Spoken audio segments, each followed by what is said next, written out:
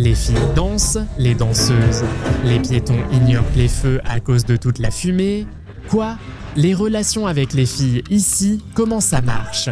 C'est curieux, car ils ont des maisons flottantes et finalement, les corps arrivent ici sur la rivière. C'était les douches, enfin, les douches, les gens se lavaient en plein air à la vue de tous. C'est la petite rue de la fête nocturne. Vous allez la voir maintenant. Le Vietnam est l'un des rares pays communistes qui restent dans le monde et en vérité, c'est un pays assez prospère dont on peut tirer beaucoup de choses. De la culture, qui peut être assez choquante, de la gastronomie aux coutumes. Et en ce qui concerne la ville elle-même, c'est l'une des villes de moto les plus chaotiques que j'ai jamais vues de ma vie. Je suis Naka, voici Japatonic et nous visitons Hanoï.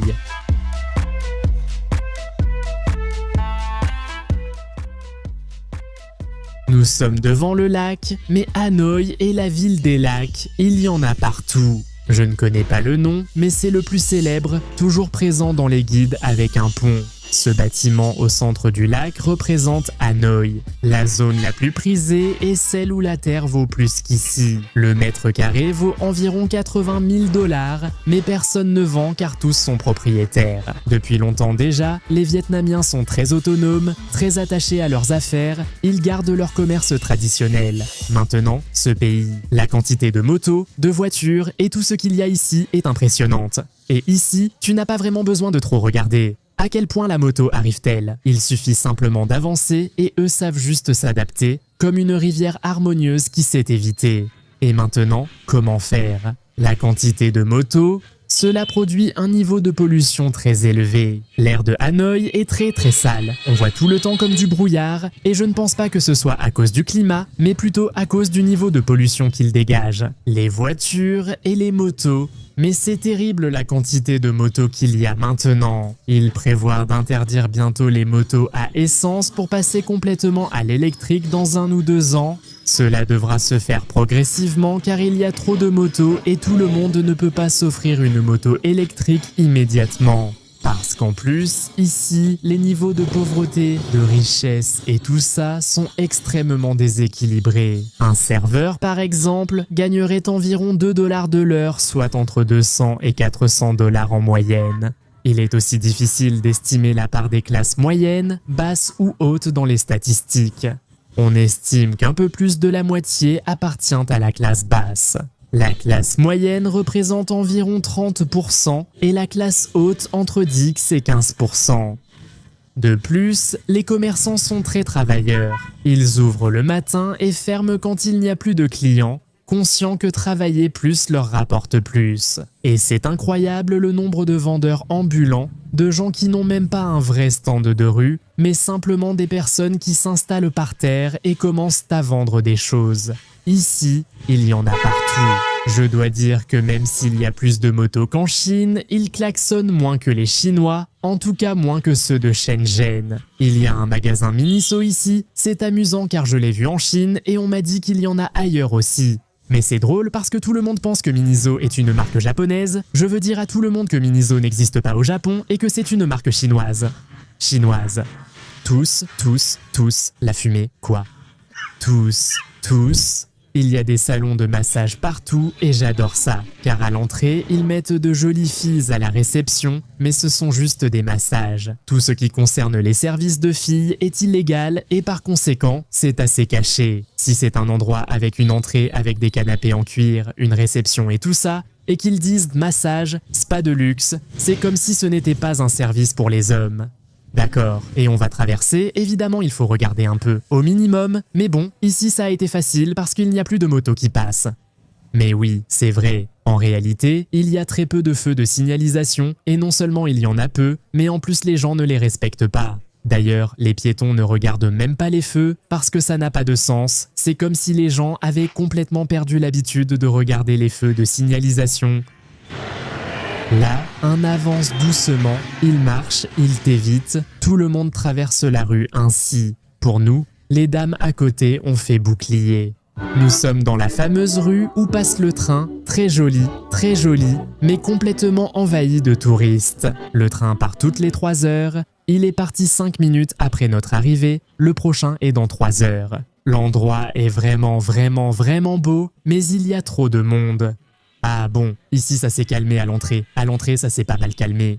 Au Vietnam, ce tabac est courant et se fume avec une grande pipe ressemblant à un bâton de bambou. C'est très populaire et puissant au Vietnam. C'est-à-dire, ce n'est pas une drogue, c'est quelque chose de complètement légal, c'est du tabac. Je suppose que c'est un tabac plus local qui est cultivé ici près d'ici. Ils disent que c'est tellement fort. C'est comme fumer 20 cigarettes d'un coup, donc ceux qui essaient pour la première fois peuvent de même s'évanouir. Il y a de l'eau dedans, donc on le fume un peu comme une chicha. Leur façon de fumer est surprenante, on dirait un gros joint, mais ce n'est pas le cas. C'est courant au Vietnam. Ça m'a interpellé parce qu'il y a beaucoup de gens d'Inde qui viennent en tant que touristes. On me disait qu'ici, le principal pays d'où viennent les touristes, c'est la Chine. Il y a environ 10 ans, les Chinois ont occupé les îles Paracel, des îles vietnamiennes inhabitées. Mais les Chinois les ont prises pour de nombreuses raisons logistiques, ils ont pris ces îles en disant qu'elles leur appartenaient. Il se trouve que ce qui a eu un impact sur le secteur touristique, c'est qu'il y a 1 ou 2 ans, la Chine a commencé à émettre un nouveau passeport sur lequel ces îles figuraient sur la carte. Ce passeport est illégal au Vietnam, il est donc impossible d'y venir comme touriste. Avec le nouveau passeport chinois, il n'est plus nécessaire d'utiliser l'ancien pour se rendre au Vietnam. C'est pourquoi le tourisme chinois a presque disparu, sauf pour ceux ayant encore un ancien passeport valide. Et alors, pour encourager le tourisme venant d'autres endroits, ils ont ouvert des vols vers l'Inde et il y a beaucoup de gens d'Inde qui viennent ici en vacances. Au Vietnam, la vente d'oiseaux de compagnie est très populaire. Les personnes âgées aiment avoir un canari pour écouter son chant et l'emmènent dans les parcs pour partager des chansons. Les oiseaux peuvent varier de prix selon le type d'oiseau et le type de cage, car il y en a beaucoup qui sont en bois, très jolis. Et celui-ci, c'est le héros national le plus récent et le plus populaire du Vietnam, celui qui figure sur tous les billets, donc du Vietnam. D'ailleurs, le billet le plus élevé est celui de 500 000 dong, ce qui équivaut à un peu moins de 20 $. Ho Chi Minh reste très populaire et toujours respecté et apprécié aujourd'hui. Cet homme était une personne issue de la classe basse, pauvre, paysanne. Il s'est vraiment battu pour de nombreux droits du pays et pour libérer le Vietnam des colonies japonaises et chinoises, il s'est opposé aux États-Unis. Justement, les Vietnamiens ne sont pas une société de personnes rancunières, pas du tout. Ils n'ont pas de problèmes avec les Américains, Japonais ou Français, mais ont de nombreux conflits politiques avec la Chine. En raison de ce que nous avions dit sur cette invasion d'îles, le Vietnam n'avait pas de service militaire obligatoire, instauré seulement en 2015, en raison de l'invasion chinoise sur ces îles cette année-là. Que les jeunes de 18 à 25 ans doivent choisir à quelle période, mais ils doivent faire 2 ans de service militaire obligatoire, c'est la partie communiste qui reste au Vietnam. Ce seraient, en pratique, les salaires municipaux. Par exemple, qu'ils soient balayeurs, agents publics ou médecins pour la municipalité, chacun touche quasiment le même salaire. Entre 300 et 400 $ par mois, le médecin se forme dans un hôpital public puis passe à travailler dans un hôpital privé. La santé n'est pas gratuite, l'éducation, on n'a pas su très bien m'expliquer, ce n'est ni gratuit ni payant, ou c'est gratuit, mais il vaut mieux payer, quelque chose comme ça. Concernant la retraite, travailler pour la municipalité donne droit à une pension. Par exemple, les indépendants et commerçants n'ont pas de retraite et doivent donc économiser ou travailler le plus longtemps possible.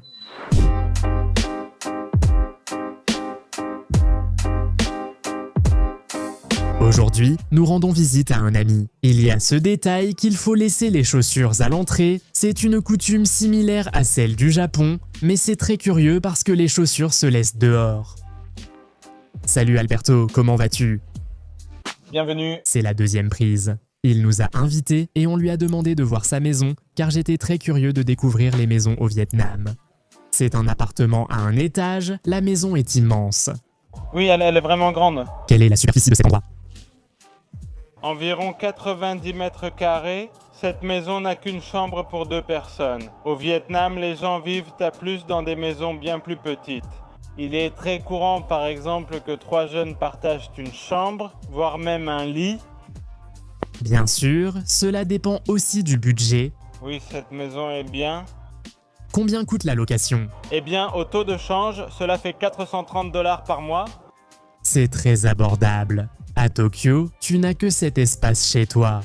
À Madrid, t'as une chambre dans une maison partagée. Tu es sûr d'avoir de la place pour une grande table, de grands canapés, un grand hôtel, un balcon. La cuisine est super spacieuse. La cuisine est ce qu'il y a de mieux dans la maison. Elle a beaucoup d'espace pour cuisiner. C'est cool. Le four, la machine à laver, la cuisinière, tout. Couloir pour la lumière, c'est juste un espace vide, il n'y a rien.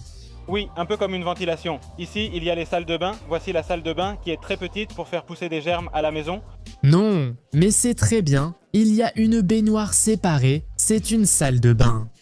C'est bien, voici la chambre. Bureau, écran. Non, la chambre est aussi super spacieuse et... Un avantage, il y a peu de bruit autour. Tu es heureux ici? Je suis très heureux, YouTube et le site web sont mon hobby et mon travail me plaît aussi. Depuis mes 15 ans, je rêve d'être professeur. Aujourd'hui, je réalise ce rêve tout en pratiquant mon hobby, une excellente combinaison. Hier, lors de notre rencontre, tu es arrivé de façon très étrange, comme si tu avais été recruté pour une école, mais c'était en réalité une arnaque. L'endroit, le salaire qu'ils voulaient te donner, le fait de devoir faire ton passeport, tout ça, et jusqu'au moment où tu as dû t'enfuir à 5 h du matin, exactement. La première expérience était très mauvaise, tu es parti puis as trouvé une bonne école.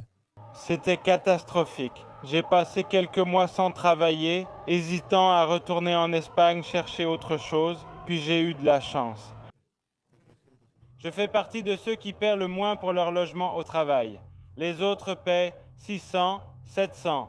Pour moi, c'est une aubaine. Même pour le Vietnam, ce n'est pas cher car je n'aime pas payer plus que nécessaire. Non, personne, toi non plus. Je suis radin, j'ai bien cherché la maison. D'accord. Bien, Alberto, une question que beaucoup se posent. Comment sont les relations avec les filles ici? Ça dépend un peu de ce que tu recherches. Bien sûr, il y a des chocs culturels, à 100% d'accord sur ce point.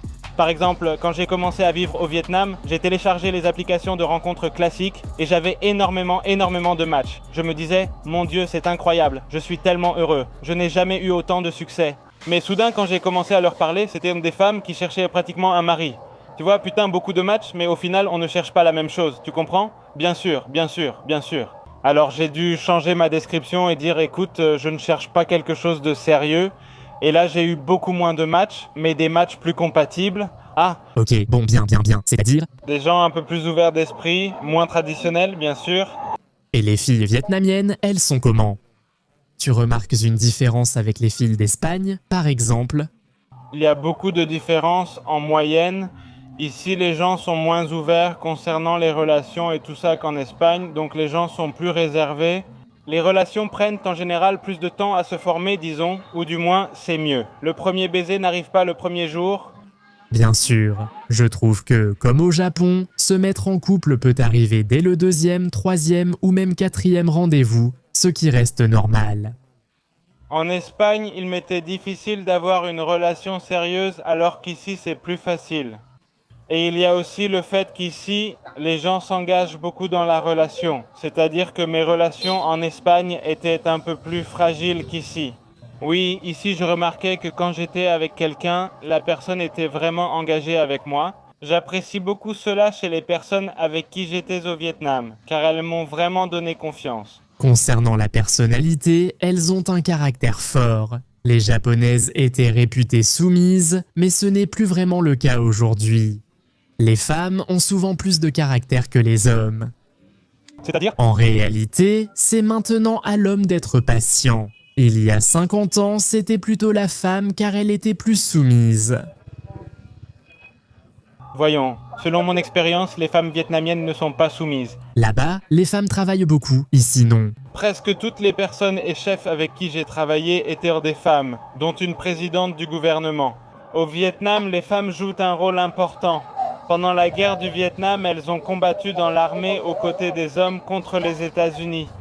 Oui, il existe des rôles de genre. Traditionnellement, la femme reste près de la maison, travaille dans les champs proches et gère le foyer.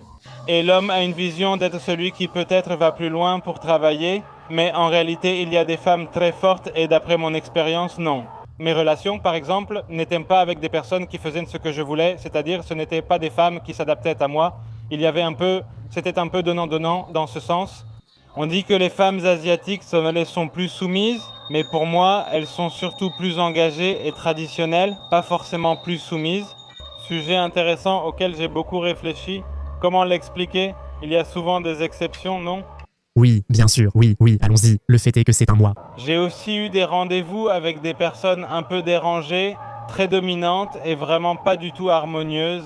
Et ça existe aussi, c'est-à-dire qu'au final, chaque personne est différente, mais c'est la tendance. D'accord, on était en train de parler tranquillement, je ne sais pas, rien de spécial. Et derrière, à la table devant nous, les gars étaient en train de nettoyer. J'ai déjà remarqué qu'on jette toujours les restes par terre avant de balayer, alors je ne sais pas. Ce qui m'a surpris, c'est que certains plats restants ont été jetés dans le lac. C'est pour les poissons. C'est tout ce que j'imagine.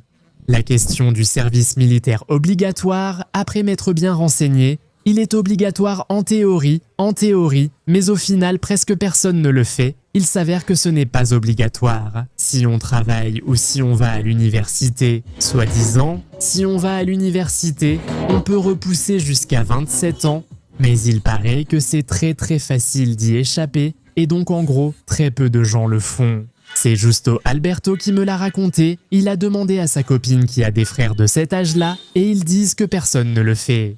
Le niveau de fête qu'il y a dans cette rue, et nous, on loge tout près d'ici, il y a beaucoup de bruit, beaucoup d'agitation, beaucoup de monde. Et à un autre pâté de maison, il y a la petite rue de la fête nocturne. Vous allez la voir maintenant. Cette rue ne fait qu'1 million, environ 100 mètres, mais il y a un nombre incroyable de personnes ici. Et il y a aussi des danseuses dans ces bars. Là, tu as les filles qui dansent. Enfin, des filles qui dansent. Non, c'est vraiment le chaos ici. C'est vraiment une zone de fête. Tout ça. Je ne m'attendais vraiment pas à voir des danseuses. C'est très proche de la Thaïlande. Et maintenant, c'est intéressant que personne ne fasse attention à ma caméra. On ne me dit rien. Les filles ne détournent même pas le regard. Tout va bien, ce sont des bars d'accompagnement. Et je viens d'apprendre que notre Airbnb était juste à côté de tout ce bazar. Parce que quand nous sommes arrivés, tout était normal, tout était éteint. Je ne sais pas si c'est là notre Airbnb, on était en plein milieu du bazar et ici c'est l'endroit où on a notre Airbnb, c'est-à-dire juste là, à quelques mètres de tout ce bazar et cette foule. J'ai dit à Kishai que j'étais surpris. Elle a répondu, ce n'était pas fait exprès. Je savais que c'était un quartier animé, mais pas autant. Tiens, une petite rampe au centre. Je ne sais pas si c'est pour monter ton vélo ou quoi, mais pour marcher, c'est assez inconfortable parce qu'au milieu, tu dois marcher comme ça ou comme ça. C'est très étroit. Voici notre maison, on aperçoit celle des voisins et on est arrivé. Bon, c'est un peu en désordre parce qu'on a déjà laissé nos affaires, mais voici notre appartement qui est plutôt bien. Je ne me souviens plus du prix exact, mais c'était environ 70 $ la nuit. Très bien situé avec réfrigérateur, micro-ondes, plaque électrique, lave-linge, sèche-linge et douche partagée avec les toilettes. Là-bas, c'est magnifique, ça nous plaît beaucoup. Salut! Regardez ce pont qui en plus fait un peu peur parce qu'à travers les petits trous, on voit en bas, ce sont des planches en ciment. Ce pont a déjà 125 ans. Il a été construit par la même entreprise qui a construit la tour Eiffel et il a été fait pour la connexion, évidemment. Mais ici, il n'y a que des motos qui passent. Il n'y a rien d'autre que des motos et des voies ferrées. À quelques kilomètres du centre de Hanoï, près du fleuve, on découvre une zone très pauvre et précaire. Ce qui est surprenant, parce qu'ils ont des maisons flottantes, mais sans fondation ni rien de tel. Ils ont quelque chose, mais ce sont littéralement des maisons flottantes, comme des petites maisons, des bateaux, pour ainsi dire. Le fait est que ces gens, disons, ont trouvé leur façon d'avoir une propriété sans payer de terrain, et c'est qu'ils ont mis leur maison dans des zones où il y a de l'eau. Mais voyons, Pourquoi flotte-t-elle? La raison pour laquelle elle flotte, c'est parce que cette rivière, quand il y a beaucoup de typhons, de fortes pluies font monter le niveau de l'eau et donc la maison reste, disons, sans être inondée. Pour arriver ici, ce qui est même compliqué en voiture, nous avons dû traverser un très long pont. Là-bas, on voit aussi des champs de récolte de personnes qui ont pris le terrain, ils ont leur récolte, mais aussi, comme la marée a tendance à monter, ils ne récoltent que des produits qui poussent à court terme, car on ne sait jamais quand on peut perdre toute la récolte. Ici, il y a beaucoup de chiens errants. C'est intéressant de voir comment vivent les habitants, souvent modestes, mais dont les maisons semblent malgré tout décentes. Là-bas, il y a même des décorations de fleurs et tout ce genre de choses. D'une certaine manière, c'est joli aussi. Et en fait, il n'y en a pas tant que ça. Il y a à peu près entre 10 et 20 maisons qui vivent comme ça, flottant. Mais ici, ce ne sont que des chemins bordés d'arbres, de bananiers, de cultures. On se sent vraiment au Vietnam. On voit ici une maison très précaire, qui ressemble plus à un lieu d'activité, mais c'est clairement une maison très précaire. Bien sûr, ça ressemble déjà à un hangar ou autre, mais tout est conçu pour que ça flotte vraiment. C'est-à-dire, il y a des réservoirs, du polystyrène, des choses pour que justement ça se voit. Il n'a pas de fondation, seulement quelques câbles pour éviter qu'il soit emporté. Le courant, c'est-à-dire, si jamais il y a un grand déluge, la rivière monte et il y a beaucoup de courant. Ça doit être assez compliqué d'être ici à l'intérieur. Ah, mais attention, ils ont leurs petites choses pour faire de l'exercice. L'endroit est plutôt bien équipé ici, et d'après ce que je vois, il semble aussi qu'ils viennent nager dans la rivière. Il y a une zone nudiste, il y a une zone nudiste par ici, une zone nudiste pour hommes, un hôtel. La déesse de la miséricorde est aussi au Japon, mais au Japon c'est un homme. Au Japon, elle s'appelle Kanon. Et ici, sous le pont par lequel nous sommes venus, à l'entrée du quartier, disons, nous avons deux choses. D'abord, c'était auparavant une zone où de nombreux toxicomanes venaient s'injecter. C'était un endroit où l'on trouvait beaucoup de seringues. Il y a quelques années, le gouvernement a mis en place des lois strictes, incluant la peine de mort pour trafic de drogue. Aujourd'hui, c'est plutôt propre concernant les stupéfiants. Le pays, qui est en plus très stigmatisé, n'a rien de normalisé, car la société considère cela comme quelque chose de très mauvais, au point que si quelqu'un est surpris en train de se droguer, les gens peuvent le dénoncer d'une manière ou d'une autre. Et une autre chose, c'est qu'ici, il y a un hôtel qui est installé pour les esprits des personnes qui sont mortes dans la rivière. Parce que c'est là que se trouve ce pont. De façon naturelle, il y a des personnes qui se sont suicidées, des accidents et des inondations, ou même des gens qui viennent nager, et parfois le courant devient soudainement fort. Et de façon naturelle. C'est comme si, d'une manière ou d'une autre, les corps finissaient dans cette partie de la rivière, sous le pont. C'est une zone où l'on a toujours retrouvé des corps, et comme ce schéma se répétait, ils ont installé cet hôtel pour apaiser l'esprit des défunts et qu'ils reposent en paix dans l'autre monde. Oh, regardez le pauvre. Il est décédé en 2018. Sa tombe est maintenant abandonnée et sert de poubelle. De ce côté, on voit de nombreuses offrandes pour des personnes probablement décédées, des corps sans doute trouvés dans la région. Et il y a deux petites maisons très précaires, enfin pas vraiment des maisons, et une petite cuisine très rudimentaire de la région. Il y a un bateau là-bas, je ne sais pas ce qu'il fait là. Bonjour, on m'a demandé si vous êtes un étranger, par où passe-t-on pour visiter ? Ah, d'accord. Oui, d'accord. Oh, merci. Ah, quel monsieur sympathique. En vérité, je n'aime pas trop m'approcher parce que je ne veux pas déranger les locaux, je ne fais pas l'étranger, mais bon, si le Seigneur nous le permet, eh bien, regardez, très simple le Seigneur. Là-bas, des jeunes, là-bas, qui se reposent, qui dorment, là-bas, ils ont la petite cuisine au feu de bois, on voit que c'est un endroit super tranquille pour être. Aussi non, mais vous voyez qu'ici, il y a beaucoup d'offrandes. Ceux qui ont perdu un proche laissent cela ici et parfois, des proches viennent déposer de l'encens. Ce genre de choses n'est pas très différent de la culture japonaise. Oui, ils ont gardé beaucoup de détails. Respect pour ceux qui reposent ici. De tout ce que j'ai vu au Vietnam, c'est mon endroit préféré. J'apprécie toujours les gens humbles, ils sont les plus gentils.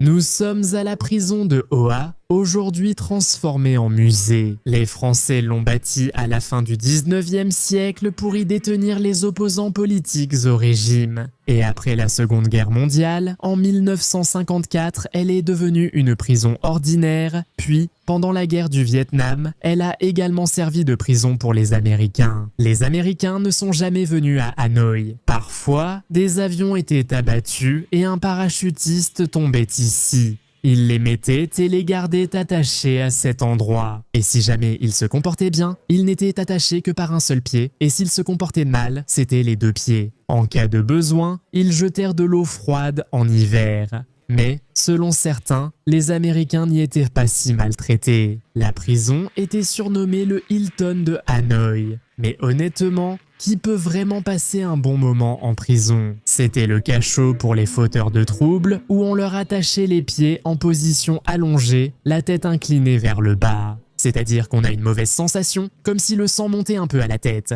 Et il y avait très peu de lumière. C'était, pour ainsi dire, la salle de punition, le cachot. C'est intéressant qu'il montre des parties du Vietnam. Cela m'a interpellé car les femmes combattaient aussi. Et le fait est que Hanoï, même si elle n'a jamais été envahie par les Américains, a été très bombardée. Ainsi, les prisonniers américains étaient surtout des aviateurs. Regardez ces gens par exemple. Ce n'étaient pas forcément des bunkers, c'était essentiellement des puits verticaux pour se cacher des bombardements. Aussi en ville, mais oui, Hanoï a été très bombardé par les Américains. Mais regardez comme c'est drôle, comment c'était quand ils capturaient un Américain. Regardez la jeune Vietnamienne à côté de l'Américain. On ignore sa taille exacte. L'Américain faisait peut-être 1,60 m ou 1,70 m, il n'était peut-être pas si grand. Et ce qui est curieux, c'est que cette prison avait aussi la partie ici au centre, là où il y a le 4, c'était les douches, c'est-à-dire les douches. Les gens se lavaient dehors, visibles de tous, dans une prison mixte.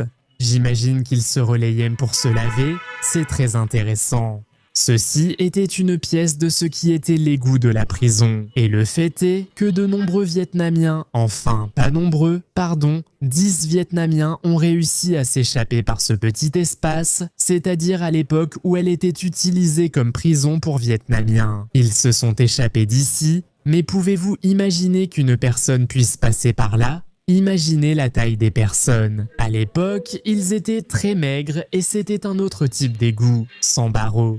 Environ 100 ont pu s'échapper ici. Des Vietnamiens, je le répète, avant 54. Ensuite, utilisés comme prison pour les Américains, aucun ne pouvait s'échapper. Ils pouvaient même assister à la messe, petit sapin de Noël, faire du sport. Apparemment, de toute façon, il y a eu très peu d'Américains enfermés ici. Ici, ils n'ont même pas atteint les 100. Voici le mausolée de Ho Chi Minh, accessible uniquement le matin. Nous ne pouvons pas entrer, mais on peut voir le corps embaumé du président du Vietnam. Là-bas, il est écrit « Vive la République socialiste du Vietnam ». Intéressant, Ho Chi Minh est très apprécié au Vietnam pour son héritage et la libération du pays de l'occupation française. A-t-il pu se défendre contre les Américains ? C'était une personne assez austère, sans trop de luxe, et il y attachait beaucoup d'importance. Ce qu'était l'éducation au Vietnam, c'est qu'en Asie du Sud-Est, l'éducation n'a pas toujours été une priorité, surtout à cette époque, avant les années 70. Par conséquent, la figure est très appréciée. Comme dit précédemment, le temple est très beau, bien qu'il ne diffère pas beaucoup du reste de l'Asie. Ce qui m'a surtout frappé, c'est la taille des pamplemousses.